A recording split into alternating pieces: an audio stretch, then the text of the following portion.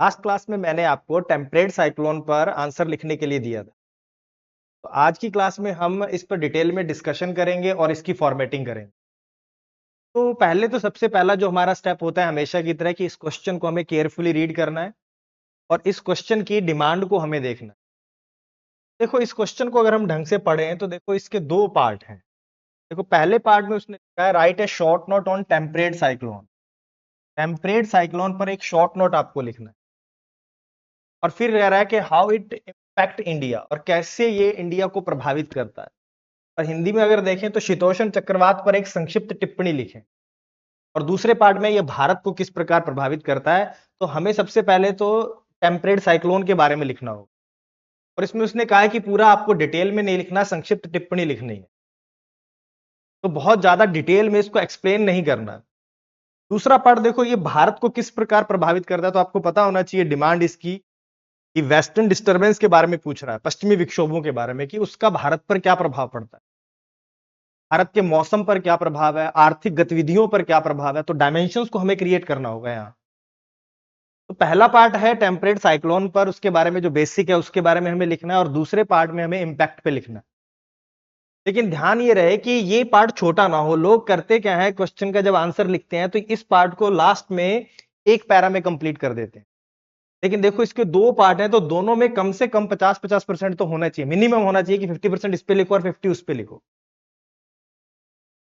और कोशिश करो अगर हो सकता है आपके पास मैटर है तो ये प्रभावित करने वाला जो उसका एप्लीकेशन पार्ट है उस पर हमेशा ज्यादा लिखना चाहिए। लेकिन फिर भी अगर कम से कम भी लिखो तो 50-50% दोनों पर होना चाहिए। अब हम इसकी फॉर्मेटिंग करते हैं कि कैसे हमें इसको लिखना चाहिए था, कैसे इसका इंट्रो बनाना चाहिए था हमें, वो सब हम देखें। देखो अगर हम बात करें तो हमने सबसे पहले देखा कि टेम्परेट साइक्लोन पर उसने एक संक्षिप्त टिप्पणी कहा। तो सबसे पहले तो हमें इसका लिखना होगा इंट्रो। इंट्रो की अगर बात करें तो हम सबसे पहले लिखेंगे कि टेम्परेट साइक्लोन है क्या, शीतोष्ण कटिबंधीय चक्रवात है, शीतोष्ण कटिबंधीय चक्रवात है क्या। इस डेफिनेशन हम लिख देंगे यहां पर, वही टेक्निकल टर्म है तो इसकी हम डेफिनेशन लिख लेते हैं। लिखेंगे कि ये एक लो प्रेशर सिस्टम है जो 35 से लेकर 65 डिग्री अक्षांशों के मध्य बनते हैं। इनका निर्माण तो विपरीत स्वभाव वाली वायु राशियों या विपरीत भौतिक गुणों वाली वायु राशियों के अभिसरण से ध्रुवीय वातागर बनते हैं, उनके सहारे इनका निर्माण होता है। वो हम लिख सकते हैं यहां पर इसकी डेफिनेशन। उसके बाद हम क्या लिखेंगे, डेफिनेशन के बाद हम टेम्परेट साइक्लोन की विशेषताओं को लिखेंगे। उसने संक्षिप्त टिप्पणी कहा तो हम उसके बारे में क्या करते हैं, विशेषताएं लिख दें। देखो इसको दो तरह से लिखा जा सकता है। अगर ये 125 वर्ड्स का है, अगर 8 नंबर का है तो बस ये विशेषताएं लिख के हम छोड़ देंगे, क्योंकि इतने में लगभग आपका आधे से ज्यादा पेज फिल हो जाएगा। अभी मैं लिख के दिखाऊंगा आपको। तो यहां पर ये हो जाएंगी विशेषताएं, तो उसके बाद आप सीधा दूसरे पेज पे जब जाओगे तो आप टेम्परेट साइक्लोन का भारत के प्रभाव पर आ जाओगे। लेकिन अगर 200 वर्ड्स का है तो आपके पास 3 पेजेस हैं। तो उसके बाद हम क्या कर सकते हैं, टेम्परेट साइक्लोन की निर्माण की जो अवस्थाएं हैं, पत्ती की जो अवस्थाएं हैं उनके बारे में भी लिख सकते हैं और कुछ पार्ट इसके मौसम के बारे में भी लिख सकते हैं। इसको हम 1.5 पेज में खत्म करने की कोशिश करेंगे, जितना हो सके उतना लिख देंगे और ये उस पर हम डालने की कोशिश करेंगे कि इन डायमेंशन को हम टेम्परेट साइक्लोन के कवर कर लें। और उसके बाद हम दूसरा पार्ट शुरू होता है। देखो एक पार्ट में तो आपको टेम्परेट साइक्लोन के बारे में लिखना, फिर आएंगे हम दूसरे पार्ट पे। अब दूसरे पार्ट में देखो क्या था, में था कि टेम्परेट साइक्लोन का भारत पर क्या प्रभाव है। तो आपको पहले तो बताना होगा वेस्टर्न डिस्टर्बेंसेस के बारे में कि भारत में जो टेम्परेट साइक्लोन आते हैं वो कहां से आते हैं, उनका सोर्स क्या है और किसके साथ आते हैं। सब ट्रॉपिकल वेस्टर्ली जेट स्ट्रीम के साथ भारत में आते हैं और वहां पर कौन कौन से क्षेत्रों को प्रभावित करते हैं, इनकी आवर्ती क्या है, कितने आते हैं एक महीने में, कौन से महीनों में आते हैं। तो थोड़ा सा इंट्रो इसके बारे में भी देना होगा, वेस्टर्न डिस्टर्बेंस के बारे में। सेकंड पार्ट में हम इसको इंट्रो के रूप में यूज करें और फिर हम लिखेंगे कि इसके प्रभाव क्या है भारत पर। तो प्रभाव को आप दो पार्ट में बांट सकते हो, एक तो मौसम पर क्या प्रभाव होगा और दूसरा होगा आर्थिक गतिविधियों पर क्या प्रभाव होगा। आर्थिक गतिविधियों पर क्या प्रभाव होगा, इनको हम अभी देखेंगे। तो ये मोटी मोटी इसकी क्या हो जाएगी, फॉर्मेटिंग हो जाएगी और लास्ट में हम क्या करेंगे, कंक्लूजन करेंगे। कंक्लूजन में हम लिखेंगे, इसको समस्या के रूप में भी पेश कर सकते हैं, इसमें जो चेंजेस हो रहे हैं उसके बारे में भी लिख सकते हैं कि वर्तमान में ग्लोबल वार्मिंग के कारण सर्दियों में इनकी फ्रीक्वेंसी और तीव्रता इंटेंसिटी में कमी देखने को मिल रही है, जबकि ग्रीष्म ऋतु में ये भारत में अधिक यात्रा करने लगे हैं। तो ये इसमें क्या दिख रहा है, ये चेंजेस दिख रहे हैं। और ग्रीष्म ऋतु में आने की वजह से ही क्लाउड बस्ट की घटनाएं देखने को मिल रही हैं। मानसून और ये दोनों एक साथ आ जाते हैं, या कोई ट्रॉपिकल साइक्लोन के साथ इनका इंटरेक्शन हो जाता है, जिससे क्लाउड बस्ट, बादल फटने की घटनाएं देखने को। जो पहाड़ी इलाकों में लास्ट टू लास्ट ईयर भी बहुत ज्यादा रेनफॉल हुआ था, क्लाउड बस्ट की जो घटना है वो दोनों इंटरेक्शन करने लगे क्योंकि ये समर्स में आने लगे, तो उस समस्या को लिख सकते हैं। और बाद में वही नॉर्मल, इनकी नई प्रवृत्तियों को समझने की आवश्यकता, ताकि इनका प्रभावी आपदा प्रबंधन किया जा सके या इनके जोखिमों को कम किया जा सके, वो कंक्लूजन में हम तो बिल्कुल करंट अफेयर से जोड़ के लिखेंगे कंक्लूजन को। जो अभी जो रीसेंट ट्रेंड दिख रहे हैं उनके बारे में बात कर लेंगे। लेकिन इस पर अलग से भी एक क्वेश्चन आ सकता है, पूरा का पूरा वेस्टर्न डिस्टर्बेंस, कि ग्लोबल वार्मिंग के कारण वेस्टर्न डिस्टर्बेंस में जो रीसेंट चेंजेस देखने को मिल रहे हैं उनके बारे में लिखें। तब आपको पूरा का पूरा नवीन प्रवृत्तियों के बारे में ही लिखना होगा ग्लोबल वार्मिंग पर, वो अलग से हम देख लेंगे। तो ये इतनी बात तो आपको इसमें लिखनी है। अब आते हैं पूरा डिटेल में इसको कैसे देखना। तो देखो, अगर सबसे पहले मैं बात करूं, हमने देखा था कि हमने टेम्परेट साइक्लोन के बारे में लिखना, शीतोष्ण कटिबंधीय चक्रवात। इसकी सबसे पहले हमने कहा था कि डेफिनेशन लिखेंगे। तो डेफिनेशन में हम क्या लिखें, मैं यहाँ तोड़ के लिख देता हूं कि ये क्या है, एक लो प्रेशर के सिस्टम है, निम्न वायुदाब का एक तंत्र है, और इसकी उत्पत्ति कहाँ होती है, कि उत्पत्ति 35 से लेकर 65 डिग्री अक्षांशों के बीच में होती है, दोनों गोलार्धों में। फिर हम लिख सकते हैं कि इनका निर्माण यहीं पर लिखते हैं कि कैसे होगा, कि यहां पर क्या होता है, विपरीत स्वभाव वाली, या यूं भी कह सकते हैं विपरीत भौतिक गुणों वाली, जिनकी फिजिकल प्रॉपर्टीज एक दूसरे से अलग होती हैं। और ब्रैकेट में लिख देंगे ठंडी एवं गर्म, ये दो विपरीत स्वभाव वाली वायु राशि हैं। तो क्या लिखेंगे, विपरीत स्वभाव वाली वायु राशियों के अभिसरण से निर्मित ध्रुवीय वाताग्रों के सहारे, वाताग्रों के सहारे का निर्माण होता है। ये लिख देंगे। लिखा क्या हमने इंट्रो में, कि ये एक निम्न वायुदाब के तंत्र हैं, जिनकी उत्पत्ति 35 से 65 डिग्री अक्षांशों के मध्य दो विपरीत स्वभाव वाली या दो विपरीत भौतिक गुणों वाली वायु राशियों के अभिसरण से निर्मित ध्रुवीय वाताग्रों के सहारे होती है। तो हमने संक्षिप्त में लिख दिया, देखो दो ही लाइनों में लिख दिया, लो प्रेशर सिस्टम है, इनकी उत्पत्ति का क्षेत्र भी बता दिया, इनकी उत्पत्ति ध्रुवीय वाताग्रों के सहारे होती है ये भी बता दिया। तो आपको बहुत ही संक्षिप्त में इसका इंट्रो लिख देना है, कि 3-4 लाइन में ही सारी बातें मेन में आ जाए। तो हमने वितरण बता दिया कि कहां इसका वितरण है, उत्पत्ति कैसे होती है, वो सब हमने इससे परिभाषा में बता। फिर हम क्या करेंगे, एक चार्ट बना लेंगे जहां उसकी विशेषताओं के बारे में लिख देंगे। यहां पर बीच में है विशेषताएं, की विशेषताएं क्या है। अगर हम टेम्परेट साइक्लोन की विशेषताओं के बारे में बात करें, सबसे पहला तो ये क्या करेंगे, ये पछुआ पवनों के साथ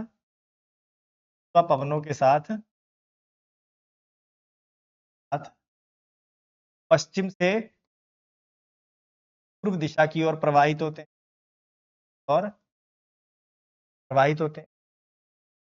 दूसरा लिख सकते हैं हम, इनका आकार जो होता है, इनकी आकृति जो है उल्टे वी के समान होती है।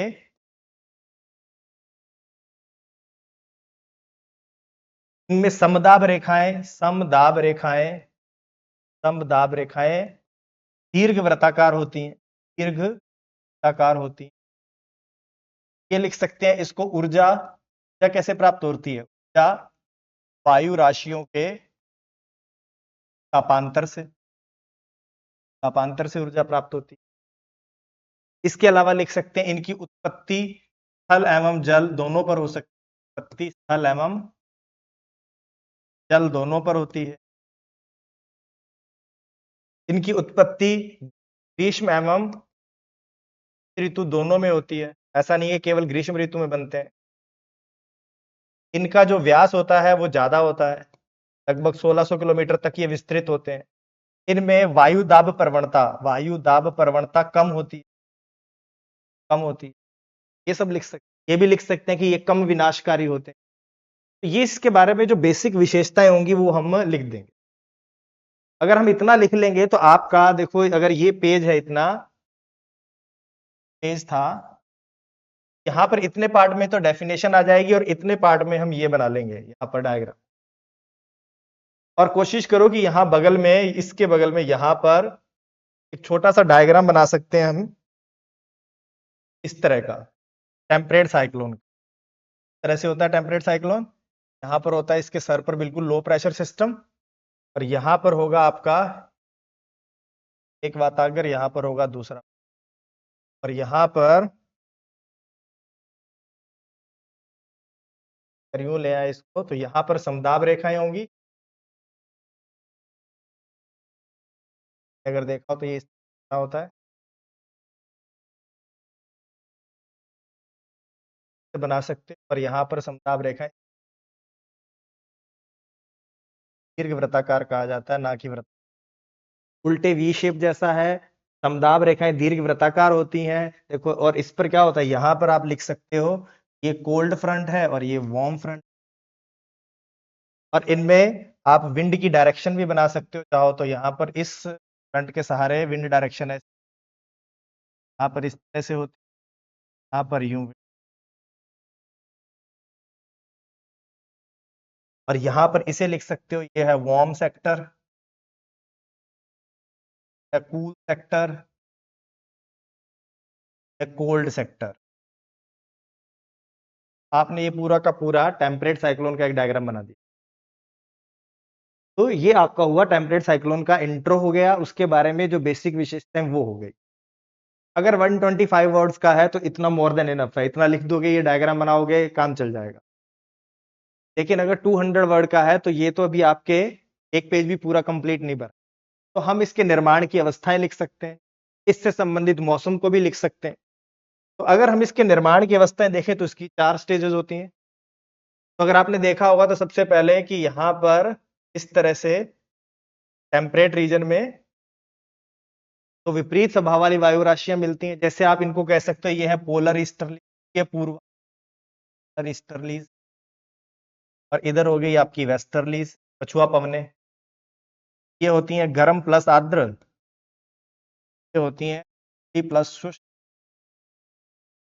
अब ये जब आपस में मिलेंगी तो यहाँ पर सबसे पहले स्थैतिक वातागर का निर्माण होता है, ये आपने पढ़ा होगा। तो स्टेज फर्स्ट में क्या होगा,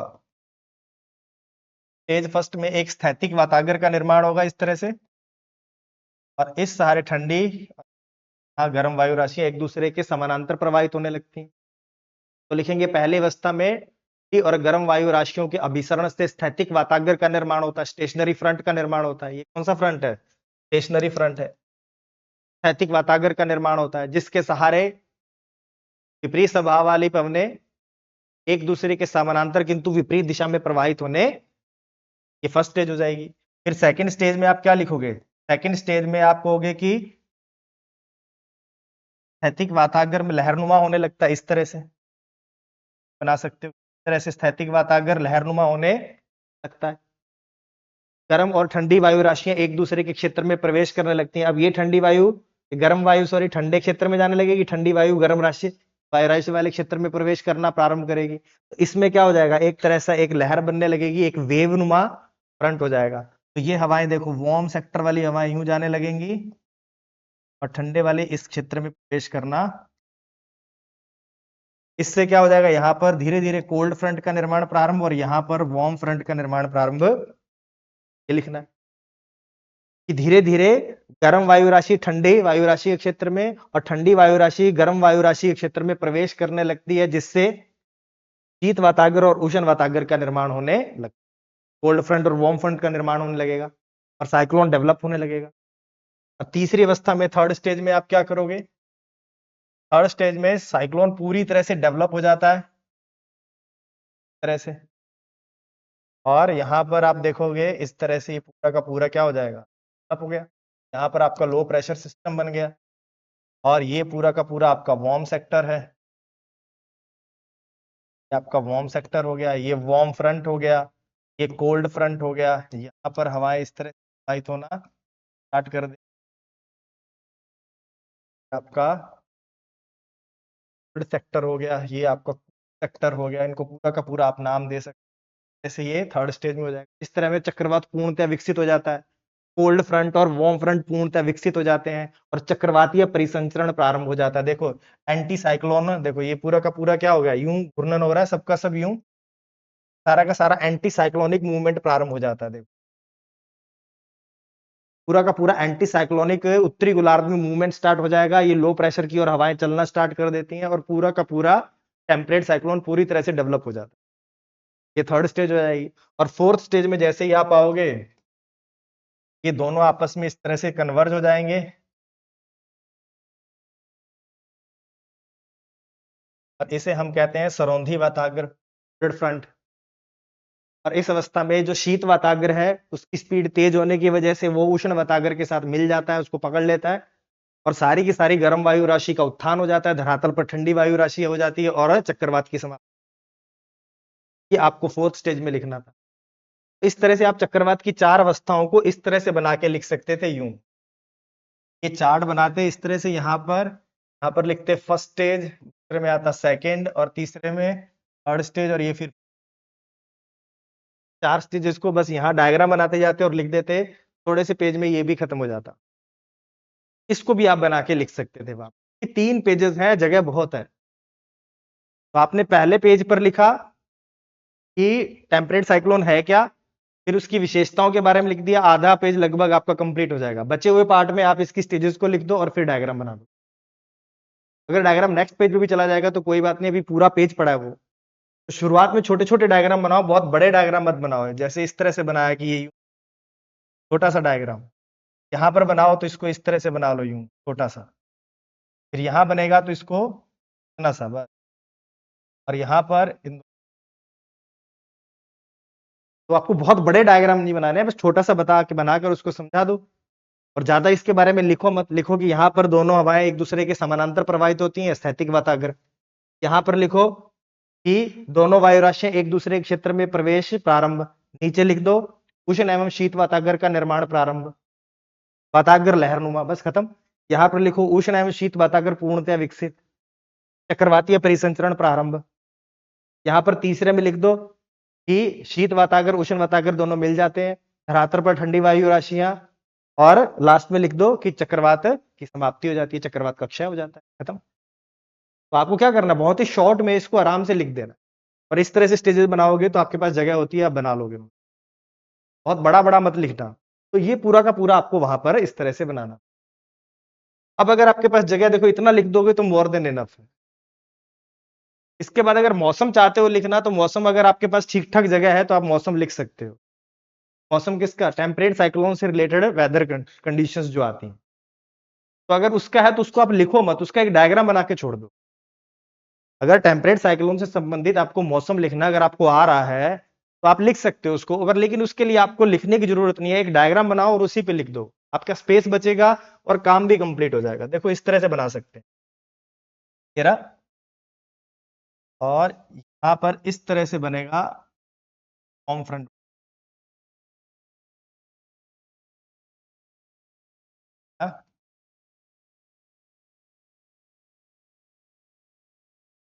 यहाँ पर आपका बनेगा कोल्ड।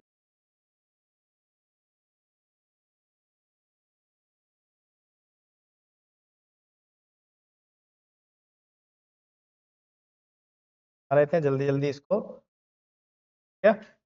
अब अगर देखा जाएगा तो आपने बनाया होगा, क्लासरूम में पढ़ा भी होगा। यहाँ पर ये सारा का सारा वार्म सेक्टर है और हवाएं इस तरह पूरा का पूरा वार्म सेक्टर है। यहाँ लिख लो क्षेत्र।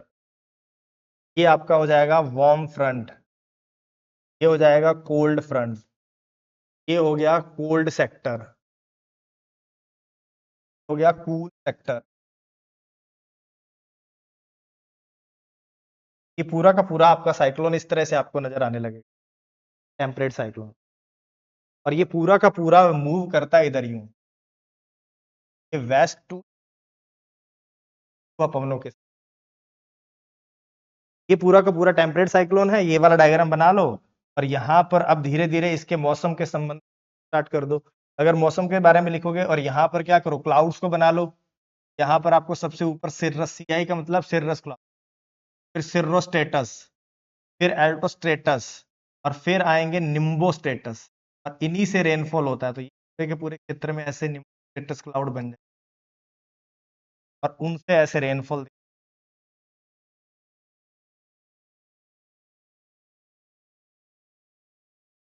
इस तरह से ये स्ट्रक्चर बन जाएगी और यहाँ पर आप कपासी वर्षा मेघों को दिखा सकते हो। आप कपासी वर्षा में क्यूमुलोनिम्बस क्लाउड को दिखा सकते हो। कपासी वर्षा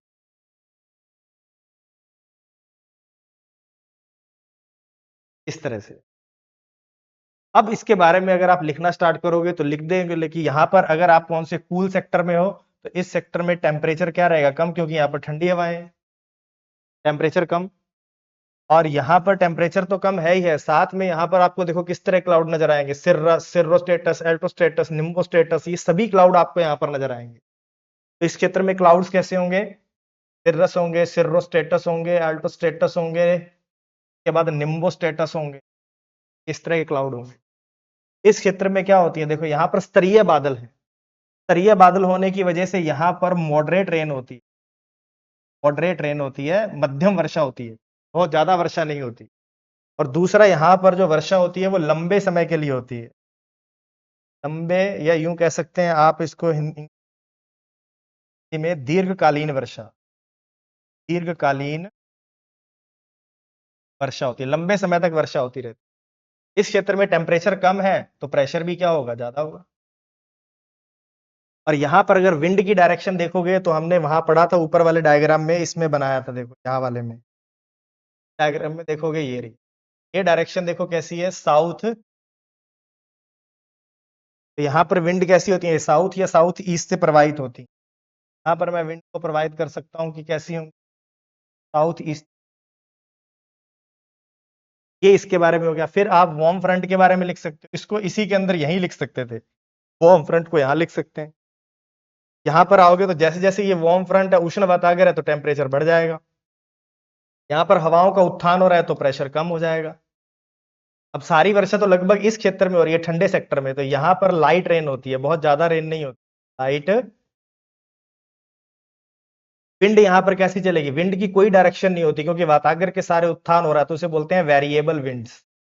तो एक निश्चित दशा नहीं है, दशा नहीं है, अलग अलग डायरेक्शन से मूव करती रहती है और लाइट रेन होती है। ये इसके मौसम हो गया। इसके बाद अगर वार्म सेक्टर की बात करोगे यहाँ पर, तो यहाँ पर आओगे वापिस से, तो इस क्षेत्र में टेम्परेचर फिर से बढ़ जाएगा। प्रेशर क्या होगा, प्रेशर देखो इस यहाँ पर हवाएं ऊपर उठ रही हैं, पहले तो यहाँ पर तो कम होगा लेकिन धीरे धीरे प्रेशर फिर से बढ़ने लगेगा। यहाँ पर आसमान जो रहता है वो साफ रहता है, मतलब वर्षा की मात्रा बहुत कम होती है, रेयर होती है कि यहाँ वर्षा वर्षा नहीं होगी, क्योंकि अब उत्थान तो हो ही नहीं रहा, गर्म सेक्टर में आ गए आप। और विंड की डायरेक्शन देखो ये हो गई वेस्टर्ली वाली, तो यहाँ पर कैसी होगी, साउथ वेस्टर्ली विंड, दक्षिणी पश्चिमी हवाएं यहाँ से यूं प्रवाहित होती हैं, ये लिख सकते हो। देखो यहाँ पे ये डायरेक्शन क्या है, south west, south westerly wind प्रवाहित होती है। फिर आप आ जाओगे कोल्ड फ्रंट पे, तो कोल्ड फ्रंट पे देखो ये कपासी वर्षा मेघों से वर्षा होती है। यहाँ पर कैसे मेघ है, कपासी वर्षा मेघ, क्यूमुलोनिम्बस क्लाउड। तो यहाँ पर क्या होगी, बहुत ही हैवी रेनफॉल होती है, भारी वर्षा होती है, भारी वर्षा होती है, हिमपात भी होता है, ओले भी गिरते हैं, क्योंकि यहाँ पर क्यूमुलोनिम्बस क्लाउड्स का फॉर्मेशन हुआ। यहाँ पर आओगे तो कोल्ड फ्रंट है, ऑब्वियस है कि टेम्परेचर कम होगा, ऑब्वियस है कि इसके तुलना में यहाँ पर प्रेशर फिर से थोड़ा सा बढ़ेगा क्योंकि टेम्परेचर कम है। तो यहाँ पर ये सारे की सारी क्या होंगी, इसकी विशेषताएं होंगी। विंड्स यहाँ पर भी वेरिएबल होंगी, एक निश्चित डायरेक्शन नहीं होगी। फिर आप आ जाओगे कोल्ड सेक्टर में, तो कोल्ड सेक्टर में फिर आए तो यहाँ पर फिर से क्या होगा, यहाँ पर आओगे तो यहाँ पर हवाएं फिर से ठंडी हो जाएंगी, टेम्परेचर कम, वर्षा बहुत कम हो जाती है, कभी कभार वर्षा होती है, क्यूमुलस क्लाउड होते हैं यहाँ पर उनसे। इसके बाद आप करोगे यहाँ पर टेम्परेचर कम है तो प्रेशर क्या हो जाएगा, टेम्परेचर ज्यादा, यहाँ पर ठंडी हवाएं, कोल्ड वेव स्टार्ट हो जाएंगी। और साथ ही साथ यहाँ पर आपको विंड की डायरेक्शन फिर से चेंज हो जाएगी, या तो हो जाएगी वेस्टर्ली हो जाएगी यहाँ से, सॉरी वेस्टर्ली या इधर से मेनली वेस्टर्ली चलेगी, यहाँ से पूरी की पूरी तरह से यहाँ पर कैसी विंड हो जाएंगी, देखो यहाँ पर अगर इस डायग्राम को देखोगे तो ये वेस्टर्ली है, यहाँ पर ये वाले डायरेक्शन, यहाँ पर मुख्य रूप से इस तरह से पवनें प्रवाहित होने, तो आपको वेस्टर्ली विंड के बारे में ध्यान में क्या क्या हो जाएंगी, इसको यूं भी कह सकते हो कि वेस्टर्ली या नॉर्थ वेस्ट से आ रही है, भी लिख सकते हो वेस्टर्ली या नॉर्थ वेस्ट, तो ये वाली डायरेक्शन या तो वेस्ट कह सकते हो या क्या कह सकते हो नॉर्थ वेस्ट से आने वाली, इधर वाली देखो या तो ईस्टर्ली या साउथ ईस्ट, यहाँ से साउथ वेस्टर्ली, तो अलग अलग में विंड की डायरेक्शन भी क्या हो जाती है, अलग अलग हो जाती है। ये आपको इसमें इस तरह से डायग्राम बनाना था, अगर बना पाओ तो, नहीं है तो जरूरी नहीं है कि आपको ये लिखना है, आप छोड़ सकते हो, स्किप कर सकते हो, लेकिन हो सकता है कभी आप पर सीधा टेम्परेट साइक्लोन के बारे में पूछ ले कि टेम्परेट साइक्लोन क्या है, उससे संबंधित मौसमी दशाओं को एक्सप्लेन करें, तो आप फिर इस वाले को पूरा इस तरह से बना के निकल सकते। एक एक चीज मैंने आपको यहाँ पर क्लियर कर दी है कि आए तो आप इसको इस तरह से लिख लें। ज्योग्राफी में ये भी स्कोप रहता है कि आप डायग्राम से अपना स्पेस को बचा सकते हैं। फिर हम आते हैं किस पर, फिर आएंगे इसके सेकंड पार्ट पर जिसका नाम है का भारत पर क्या इंपैक्ट। सबसे पहले तो हमें फिर से इसका इंट्रो लिखना होगा कि भारत में शीतोष्ण कटिबंधीय चक्रवात शीत ऋतु में पहुंचते हैं, यूं लिख सकते हो, देखो यहां पर तो कि भारत में क्या होगा, टेम्परेट साइक्लोन है, भारत में टेम्परेट साइक्लोन सब ट्रॉपिकल वेस्टर्ली जेट स्ट्रीम के साथ पहुंचते हैं। तो पहले क्या लिखेंगे कि टेम्परेट साइक्लोन शीतोष्ण कटिबंधीय चक्रवात भारत में उपोष्ण कटिबंधीय पछुआ जेट स्ट्रीम के साथ पहुंचते हैं, इन चक्रवातों की उत्पत्ति साथ पहुंचते हैं, लिख सकते साथ पहुंचते हैं। फिर लिख सकते हैं कि इनकी उत्पत्ति कहां होती है, कि उत्पत्ति भूमध्य सागरीय क्षेत्र में होती है, मेडिटेरेनियन सी वाले रीजन में।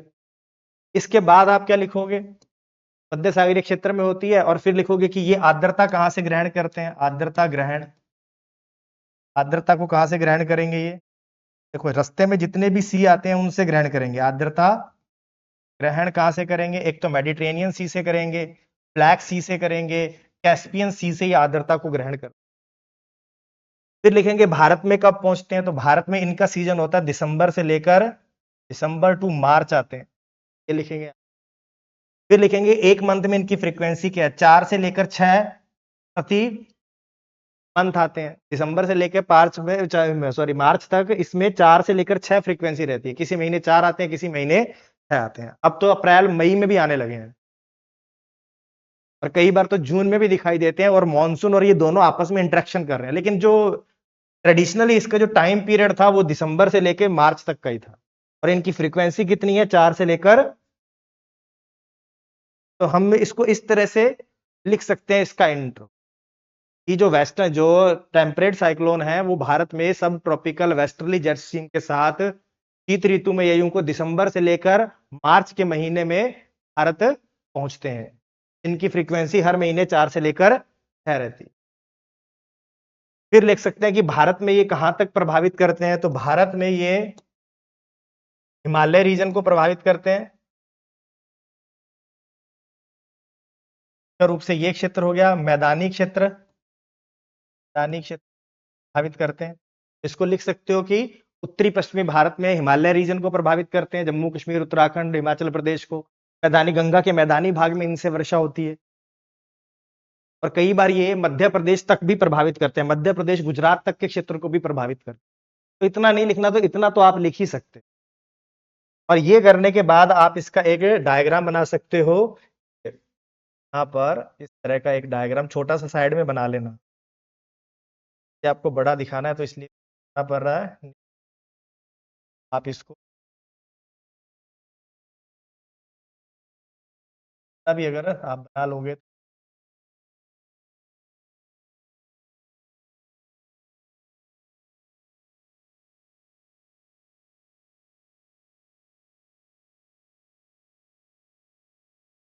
जाएगा तो बहुत। अब क्या होगा, ये सब ट्रॉपिकल जो वेस्टर्ली जेट स्ट्रीम है उसके साथ भारत पहुंचते हैं, तो अगर यूं बनाए इस क्षेत्र में इनकी उत्पत्ति होती है, उसके बाद ये जेट स्ट्रीम के साथ यूं और यहाँ पर हम बना सकते हैं इनका सिंबल कि ये इस तरह के बने होते हैं।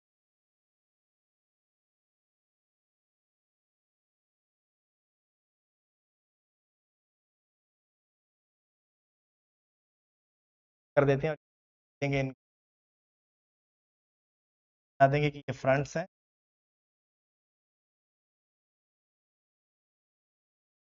यहाँ पर जब पहुंचते हैं तो ये बिल्कुल ही लास्ट स्टेज में होते हैं। बनाओ इनको तो बिल्कुल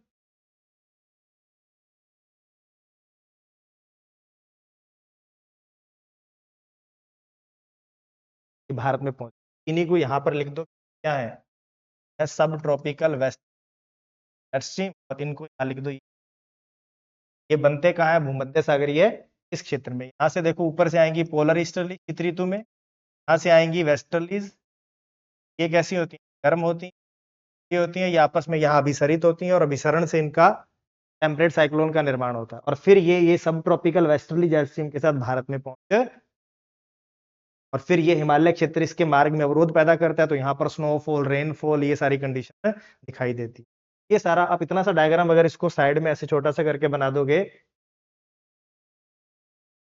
तो ये आपको पता लगेगा कि किस मार्ग से आते हैं, कहाँ से आते हैं और कहाँ से आर्द्रता ग्रहण है। ये आपको इसमें बनाना होगा। इसके बाद अगर मैं बात करूं कि अब हम क्या लिखें, अब इसका भारत पर प्रभाव लिखें कि मेन क्वेश्चन किस पर है? प्रभाव पर। तो अगर हम प्रभाव पर करेंगे तो इसके दो सेक्शन बना लेते हैं। एक सेक्शन तो लिखते हैं कि मौसम पर क्या प्रभाव है और दूसरा बना लेंगे कि आर्थिक गतिविधि। तो मौसम की अगर बात करें तो सबसे पहले ये क्या करते हैं? वर्षा करते हैं एवं हिमपात करते हैं। रेनफॉल होता है और स्नोफॉल होता है। इसके बारे में आप कुछ फैक्ट भी लिख सकते हो कि उत्तरी पश्चिमी भारत में, कहां पर? नॉर्थ वेस्ट इंडिया में, उत्तरी पश्चिमी भारत में 30% जो वर्षा होती है, ये वर्षण होता है, प्रेसिपिटेशन जो होता है, वो शीत ऋतु में होता है। अगर देखा जाए कि नॉर्थ वेस्ट जो इंडिया है वहां पर 30% जो वर्षण है वो किससे, प्रेसिपिटेशन किससे प्राप्त होता है? शीत ऋतु में प्राप्त होता है। और उनमें भी मुख्यतः किससे प्राप्त होता है? उनमें भी मुख्यतः वेस्टर्न डिस्टर्बेंस से प्राप्त होता है। ये एक फैक्ट है, ये आप लिख सकते हो। और वर्षा होती है और हिमपात होता है। दूसरा देखो इसमें क्या होगा, दूसरा इसका इंपैक्ट पड़ेगा टेम्परेचर पर। देखो टेम्परेचर पर इसका कई तरह से प्रभाव पड़ेगा। दो तरह का प्रभाव है। देखो एक तो क्या करता है, मॉडरेट करता है टेम्परेचर को, मतलब ठंड को कम करता है। कब करता है? देखो टेम्परेचर को थोड़ा सा क्या करेगा, टेम्परेली बढ़ा देता है। अब कैसे बढ़ाएगा इसको समझना। अगर आप यहाँ की बात करो, अगर ये वाला क्षेत्र होगा तो यहाँ पर देखो वार्म एयर है, ये गर्म क्षेत्र है। जब ये क्षेत्र आएगा या वार्म फ्रंट का क्षेत्र आएगा तो टेम्परेचर एक बार टेम्परेली राइज हो जाएगा। और दिसंबर में इस तरह की कंडीशन होगी कि ये वार्म सेक्टर आया, वार्म फ्रंट आया और टेम्परेचर थोड़ी देर के लिए क्या हो जाएगा, बढ़ जाएगा। बढ़ जाएगा तो हमें जो कोल्ड वेव है उससे राहत मिलेगी। तो टेम्परेचर टेम्परेली एक बार बढ़ेगा, लेकिन जैसे ही ये गुजरेगा तो फिर कोल्ड वेव आ जाएगी। ये वाला सेक्टर आएगा तो ठंड एकदम से फिर बढ़ जाएगी, शीतलहर की कंडीशन। और ये अगर साइक्लोन होते हैं तो इनके पीछे एक एंटी साइक्लोन भी होता है। तो उसके पीछे जब एंटी साइक्लोन आएगा तो वहां पर शीतलहर की कंडीशन और बढ़ जाएगी। तो ये टेम्परेचर को क्या करते हैं, जब सर्दियां होती हैं बहुत ज्यादा तो तब एक बार टेम्परेली टेम्परेचर को राइज करते हैं और कोल्ड वेव को थोड़ा कम करने में टेम्परेली हेल्प करते हैं। लिखना पड़ेगा हमें यहां पर ये वाला। देखो यहां पर किया तो क्या करेंगे, सर्दी को थोड़ा सा क्या करते हैं, या यूं करते हैं, यहां पर लिख देते हैं अल्पकालिक टेम्परेचर को क्या करते हैं, बढ़ाते हैं। कब? शीत ऋतु। और आगे लिख देंगे कि वो किससे संबंधित है, वार्म सेक्टर से संबंधित। फिर लिख सकते हैं कि ये क्या करते हैं, कोल्ड वेव उत्पन्न करते हैं। क्या करते हैं? Cold wave. जब कोल्ड सेक्टर आएगा और उसके पीछे एक एंटी साइक्लोन आएगा तो कोल्ड वेव की कंडीशन पैदा हो जाएगी। इसके साथ साथ ही ये क्या करते हैं, प्री मॉनसून रेन जो होती है, प्री मॉनसून, मार्च अप्रैल में भी तो आते हैं। तो मार्च अप्रैल में आएंगे तब क्या करेंगे, ये हीट वेव के प्रभाव को क्या करेंगे, हीट वेव के इंपैक्ट को कम करेंगे, के प्रभाव को कम करेंगे। देखो कितना इसके काम हो रहा है। एक तो शीत ऋतु में आते हैं तो सर्दी को कम करते हैं, टेम्परेली राहत देते हैं। फिर कोल्ड वेव को भी बढ़ाते हैं। और प्री मॉनसून फेज में जब ये रेनफॉल करते हैं तब हमें हीट वेव से निजात मिलती है, हीट वेव ज्यादा सीवियर नहीं हो पाती है। तो ये इसका टेम्परेचर पर इंपैक्ट है। तो पहला तो हमने पढ़ा वर्षा और हिमपात पर, दूसरा हमने पढ़ा टेम्परेचर पर, उसको अलग अलग सीजन में देख लिया। एक तो शीत ऋतु में देख लिया और दूसरा हमने कब देख लिया, ग्रीष्म ऋतु में देख। ग्रीष्म ऋतु में ये हमें हीट वेव से इंपैक्ट से हमें बचा, तो ये हो गया। इसके बाद अगर कंडीशन और की जाए कि मौसम पर क्या प्रभाव पड़ेगा, तो देखो एयर क्वालिटी को इंप्रूव करते हैं, एयर क्वालिटी या एयर पोल्यूशन को कम करते हैं। जैसे एग्जांपल आप लिख सकते हो दिल्ली,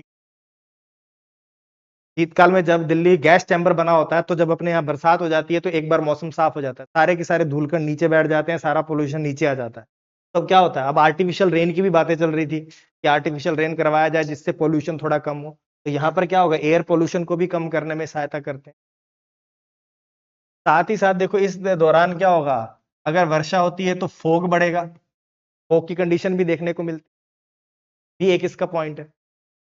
साथ ही साथ ये भी देखने की जरूरत है कि यहाँ पर क्लाउड बस्ट जैसी घटनाएं भी देखने को मिल रही हैं। अब बादल फटने जैसी, भारी वर्षा हो जाती है, बादल फटने जैसी घटनाएं देखने को मिलती।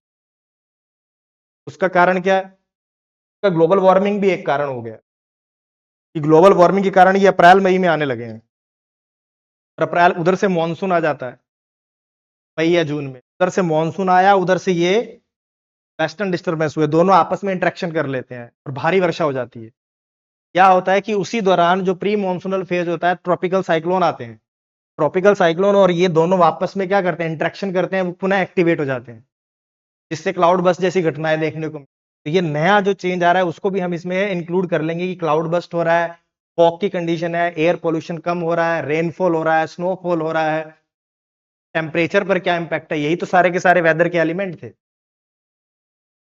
हीट वेव से हमें निजात दे रहा है, तो ये सारे के सारे आपको वेदर वाले, मौसम वाले भाग में लिखना। और दूसरा भाग जो हमारा आएगा वो आएगा आर्थिक गतिविधियों पर प्रभाव, आर्थिक गतिविधि। यहां पर आप सबसे पहला लिख सकते हो कृषि पर प्रभाव। कृषि पर भी आप क्या करोगे, सकारात्मक प्रभाव भी है और नकारात्मक प्रभाव भी है। तो ये रबी की फसल के लिए क्या रहता है, रबी की फसल के लिए लाभदायक है, लाभदायक है। लेकिन इसी दौरान अगर क्या हो जाता है, भारी वर्षा हो जाती है, भारी वर्षा, अगर ओले गिर जाते हैं, हेल स्टॉर्म, ओले गिरने की कंडीशन हो जाए, या अनसीजनल बरसात हो जाए, बेमौसम की बरसात हो जाए, जब फसलें बिल्कुल पकने वाली होती हैं, उससे क्या हो जाता है, फसलों को नुकसान हो जाता है, किसानों की आय पर नकारात्मक प्रभाव पड़ता है। तो ये सारा का सारा क्या, कृषि पर पॉजिटिव इंपैक्ट भी है, ज्यादातर पॉजिटिव है, लेकिन कभी कभी उसका नकारात्मक प्रभाव भी पड़ता है। इसके अलावा हम क्या लिख सकते थे, इसके अलावा हमें जल संसाधन पर लिख सकते हैं, वाटर रिसोर्सेज पर, जल साधन पर। ये सूखे की संभावना को कम करता है, सूखे की संभावना भावना में कभी करता है, जलापूर्ति करता है। क्योंकि देखो स्नोफॉल होता है इस दौरान होने वाला जो स्नोफॉल होता है वो क्या करता है, जो हिमालयी नदियां हैं, हिमालयी नदियों को ग्रीष्म ऋतु में जलापूर्ति करता है। इसलिए जो हिमालय नदियां हैं वो नित्यवाही है, मानसून में तो बरसात से पानी मिलता है, लेकिन उसके बाद पूरा साल उस इस स्नो के पिघलने से ग्लेशियर्स को ये क्या करता है, उनका दोबारा पुनर्भरण कर देता है, तो ग्लेशियर को वापस से रिचार्ज कर देता है। तो फिर जब वो गर्मी में पिघलते हैं तो इससे हिमालय जो नदियां वो नित्यवाही रहती हैं, ग्राउंड वाटर को रिचार्ज करता है। साथ ही साथ इसके साथ क्या होगा, इसके साथ ये पेयजल की आपूर्ति में इंपॉर्टेंट भूमिका निभा रहा है। इसके बाद आप कह सकते हो कि जल विद्युत के उत्पादन में भी इसकी महत्वपूर्ण, जल विद्युत उत्पादन में कि ग्रीष्म ऋतु में इन नदियों में पानी रहेगा तो आपके जो हाइड्रो पावर हैं प्रोजेक्ट हैं वो चलते रहेंगे। इस तरह से देखो ये इसने क्या किया, आपकी जल संसाधन जो है उनको भी क्या करता है, हमें उनकी आपूर्ति करके हमें सूखे से बचाता है। ग्रीष्म ऋतु में जो जल संकट है उससे हमें बचाता है, वाटर स्ट्रेस से बचाता है, जिससे पेयजल संकट पैदा नहीं होता, क्योंकि इन्हीं ग्लेशियर के पिघलने से ही हमें ग्रीष्म ऋतु में पानी मिलता है। कृषि के लिए पानी उपलब्ध कराता है।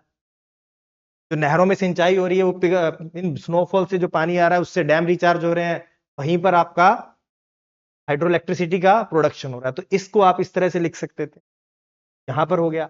इसके बाद आप क्या कर सकते हो, इसके बाद टूरिज्म पे भी इसका इफेक्ट पड़ता है। कुल्लू मनाली शिमला गुलमर्ग सोनमर्ग जब स्नोफॉल होता है तो लोग वहां पर घूमने जाते हैं, तो इससे टूरिज्म इंडस्ट्री को भी बढ़ावा मिलता है। ये भी आपको देखना होगा। इसके साथ साथ कुछ नकारात्मक प्रभाव भी हैं आर्थिक गतिविधियों। वो नकारात्मक प्रभाव क्या है? इंफ्रास्ट्रक्चर स्ट्रक्चर का डैमेज होना, आधारभूत ढांचे का नुकसान पहुंचना। तो क्योंकि जब इस दौरान भारी वर्षा होती है, बादल फटने की घटनाएं होती हैं, उससे बाढ़ आ जाती है, आकस्मिक बाढ़ आ जाती है, और उससे लैंडस्लाइड की घटनाएं होने लगती हैं, और उससे जो होता है आपकी रोड हुई, कुछ डैम भी कई बार टूट जाते हैं। तो ये सारा का सारा इंफ्रास्ट्रक्चर को जो डैमेज होता है वो इसकी वजह से होता है। साथ ही साथ आप एक और भी लिख सकते हो इसका नेगेटिव इम्पैक्ट, कि आपकी ट्रांसपोर्ट सर्विसेज पर भी नेगेटिव इम्पैक्ट पड़ता है। उसका कारण है फोग।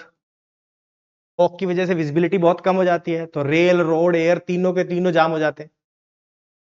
इस तरह से ये हमारी आर्थिक गतिविधियों को भी प्रभावित कर रहा है और मौसम को भी प्रभावित करता है। इन दोनों पर आप अलग अलग लिख सकते थे, तो देखो कितना मैटर हो गया।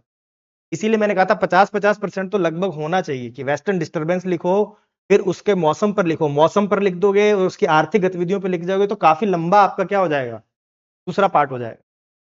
तो जरूर ध्यान में रखना है कि इस तरह के जो क्वेश्चन होते हैं, इंपैक्ट वाला अगर दिया एप्लीकेशन पार्ट है तो उस पर आपको ज्यादा फोकस। और इसके बाद हम लास्ट में आ जाएंगे पे कर्ष पे। कर्ष पे हम लिख लेंगे वर्तमान में ग्लोबल वार्मिंग के कारण शीत ऋतु में इनकी फ्रीक्वेंसी एंड इंटेंसिटी, आवृत्ति और तीव्रता में कमी आई है। और ग्रीष्म ऋतु में भारत में यात्रा करने लगे हैं, विजिट करने लगे हैं। इंग्लिश में तो विजिट हो जाता है, हिंदी में यात्रा करने। ग्रीष्म ऋतु में ये अधिक दिखाई देने लगे हैं, इंटेंसिटी और फ्रीक्वेंसी बढ़ी है। अतः इनकी नवीन प्रवृत्तियों को समझना और इनका प्रभावी आपदा प्रबंधन करना आवश्यक है, ताकि इनके प्रति जोखिमों को कम किया जा सके। इतना लिख के आप निकल सकते हो। सुझाव भी दे दिया, प्रॉब्लम को बता दिया, क्योंकि बहुत ये ट्रेंडिंग में है इशू। न्यूज़पेपर में भरा रहा है कि वेस्टर्न डिस्टर्बेंस से होने वाली वर्षा धीरे धीरे कम हो रही है शीत ऋतु में, इसकी वजह से टेम्परेचर बढ़ रहा है। इनकी फ्रीक्वेंसी ये 4 से 6 आते थे, इनकी संख्या कम हो गई है दिसंबर में और जनवरी में, इसलिए तब टेम्परेचर राइज होने लगा। और लास्ट ईयर ये न्यूज में भी था कि इससे गेहूं का उत्पादन कम हो गया था भारत में, कि उन दिनों में वेस्टर्न डिस्टर्बेंस कम आए, इसकी वजह से टेम्परेचर ज्यादा था और इसी की वजह से गेहूं का प्रोडक्शन कम हुआ, उसकी उत्पादकता कम हो गई। और साथ ही ये ग्रीष्म ऋतु में नीचे आने लगे हैं, नीचे तक विजिट करने लगे। शीत ऋतु में ये कम आने लगे हैं, ग्रीष्म ऋतु में इनका विजिट बढ़ गया है, और उस वजह से इनका इंटरेक्शन होने लगा मॉनसून से, ट्रॉपिकल साइक्लोन से, और उसकी वजह से क्लाउड बस्ट जैसी घटनाएं देखने को मिल रही, जैसे उत्तराखंड में हुआ था, जैसे जम्मू कश्मीर में हुआ था, जैसे हिमाचल प्रदेश में, वो सब इसी वजह से हो रहा है। उधर से टेम्परेट साइक्लोन आ जाता है, इधर से मॉनसूनल विंड आ जाती है, ट्रॉपिकल साइक्लोन आ जाता है, और वो दोनों जब आपस में इंटरेक्शन कर लेते हैं तो वापस से रिएक्टिवेशन हो जाता है, वर्षा बहुत ज्यादा हो जाती है, क्लाउड बस्ट की कंडीशन पैदा हो जाती है।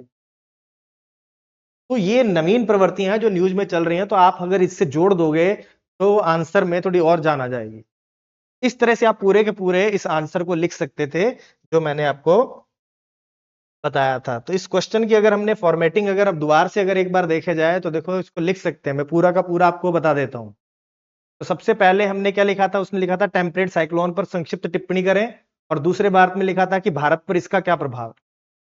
तो मैंने इसकी डेफिनेशन से शुरू किया कि टेम्परेट साइक्लोन एक लो प्रेशर सिस्टम है जिनकी उत्पत्ति 35 से लेकर 65 डिग्री अक्षांशों के मध्य तो विपरीत स्वभाव वाली वायु राशियों के अभिसरण से निर्मित ध्रुवीय वाताग्रों के सहारे होता है।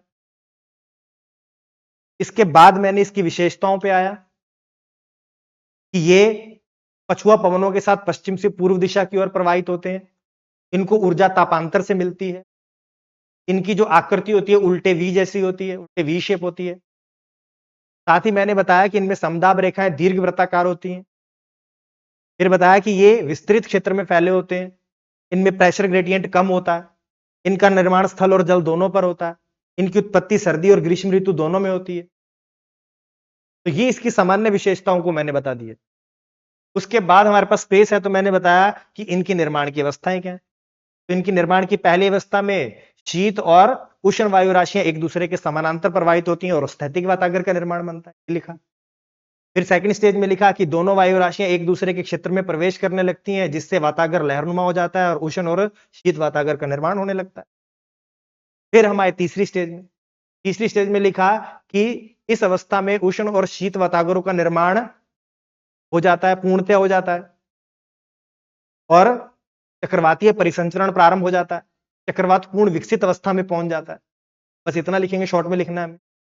फिर चौथी फेज में हम क्या लिखेंगे कि शीत वातागर की स्पीड ज्यादा होने की वजह से वो उष्ण वातागर को पकड़ लेता है और उसके साथ मिल जाता है, इससे धरातल पर शीत वायु राशि ही रह जाती है और गर्म वायु राशि का उत्थान हो जाता है और चक्रवातों का क्षय हो जाता है। ये चारों अवस्थाएं हमने दी और उनके चारों के डायग्राम बना लिए हमने।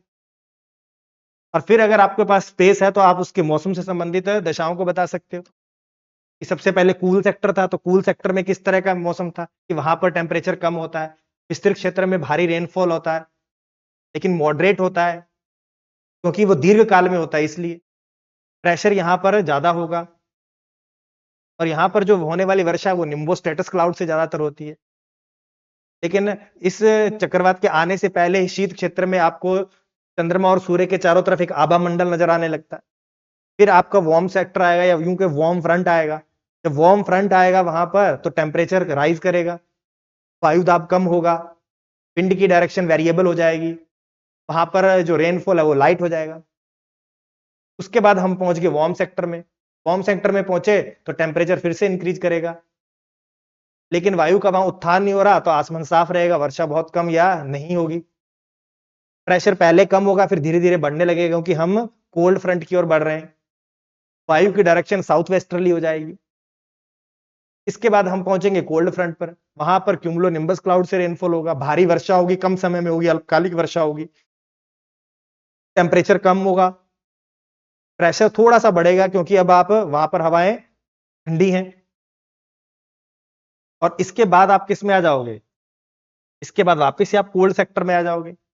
यहां पर विंड की डायरेक्शन वेस्टर्ली और नॉर्थ वेस्टर्ली हो जाएगी, शीत लहर की कंडीशन हो जाएगी, टेम्परेचर कम हो जाएगा, प्रेशर बढ़ जाएगा, तो ये दशाएं हो जाएंगी वापस से कोल्ड सेक्टर। तो हमने पूरा की पूरी मौसमी दशाएं देखी। फिर हम आ जाएंगे वेस्टर्न डिस्टर्बेंस का। उसने लिखा कि क्या इंपैक्ट है, तो बताएंगे कि टेम्परेट साइक्लोन जो है का निर्माण भूमध्य सागरीय क्षेत्र में होता है और ये सब ट्रॉपिकल वेस्टर्ली जेट स्ट्रीम के साथ भारत में पहुंचते हैं, जिन्हें हम वेस्टर्न डिस्टर्बेंस कहते हैं। ये दिसंबर से लेकर मार्च के महीने में प्रति महीना 4 से लेकर 6 की संख्या में पहुंचते हैं, जिससे भारत में या उत्तरी पश्चिमी भारत में मुख्यतः हिमपात और वर्षा की स्थिति उत्पन्न हो जाती है। तो ये सारा हम इसके बारे में बेसिक लिखेंगे, बस थोड़ा सा वेस्टर्न डिस्टर्बेंस है क्या। फिर हम आएंगे इससे संबंधित मौसम पर कि भारत पर इसका क्या प्रभाव पड़ता है, तो मौसम पे लिख देंगे। यहाँ पर रेनफॉल होता है, स्नोफॉल होता है, फिर क्लाउड बस्ट की कंडीशन होती है, टेम्परली टेम्परेचर राइज होता है लेकिन बाद में कोल्ड वेव की कंडीशन पैदा हो जाती है, प्री मानसून में रेन होने से हीट वेव की इंटेंसिटी कम हो जाती है, फॉग की कंडीशन पैदा हो जाती है। ये सब इसके वेदर में आएगा। फिर हम इसकी आर्थिक गतिविधियों में कृषि पर इसका सकारात्मक प्रभाव की रबी की फसलों के लिए लाभदायक है, लेकिन अगर ओलावृष्टि हो जाए, बेमौसम बरसात हो जाए या भारी वर्षा हो जाए तो फसलों को नुकसान भी हो जाता है। फिर हम इसका दूसरा देखेंगे वाटर रिसोर्स पर क्या इसका प्रभाव है। तो ये भारत की जो उत्तरी भारत की नदियां, जो हिमालयी नदियां, उन्हें नित्यवाही बनाए रखता है, ग्रीष्म ऋतु में जल की आपूर्ति करता है, इनके पिघलने से होती है। इससे कृषि के लिए जल मिलता है, पेयजल की आपूर्ति होती है, साथ ही जल विद्युत के उत्पादन में भी मदद मिलती है। तो ये सारा होगा जलापूर्ति के लिए, भारत को सूखे से बचाए रखता है, जल संकट से बचाए रखता है। फिर हम आएंगे कि ये टूरिज्म के लिए इंपॉर्टेंट है। गुलमर्ग, सोनमर्ग, शिमला, कुल्लू मनाली का आप एग्जाम्पल ले सकते हो। इसके बाद आएंगे कि इसका कुछ नेगेटिव इंपैक्ट भी है, तो लिख लेंगे कि इंफ्रास्ट्रक्चर को डैमेज होता है क्लाउड बस्ट की वजह से, लैंडस्लाइड की वजह से। और लास्ट में लिख देंगे कि आपका ट्रांसपोर्ट सर्विसेज भी इसकी वजह से बाधित हो जाती हैं क्योंकि फॉग की कंडीशन हो जाती है। ये सब आपने इसको लिखा और लास्ट में आप क्या करोगे, इसका लिख दोगे। कंक्लूजन में लिखोगे ग्लोबल वार्मिंग के कारण शीत ऋतु में इनकी फ्रीक्वेंसी और इंटेंसिटी कम हुई है, जबकि ग्रीष्म ऋतु में इनकी इंटेंसिटी और फ्रीक्वेंसी बढ़ी है। अतः इनके इनकी क्या कर इनकी नवीन प्रवृत्तियों को समझना आवश्यक है ताकि इनका बेहतर आपदा प्रबंधन किया। ये आपका पूरा का पूरा समराइज था। मेरी नोटबुक थी, मैंने और डायग्राम बना देंगे एक वेस्टर्न डिस्टर्बेंस का कि कैसे वो भारत में आता। तो आपको देखो इसी वे में सोचना है, वहां पर लिखते जाना है, साथ के साथ अगला सोचते जाना है, लिखते जाना है, साथ के साथ अगला सोचते। जैसे मैं लिख के दिखा रहा हूं, समझ लो कि मैं एक नोटबुक पे लिख रहा हूं। इस तरह से 5 मिनट में आप पूरा का पूरा 10 मिनट में क्वेश्चन है, धीरे धीरे ये प्रैक्टिस हो जाएगी। मिलते हैं नेक्स्ट क्लास में।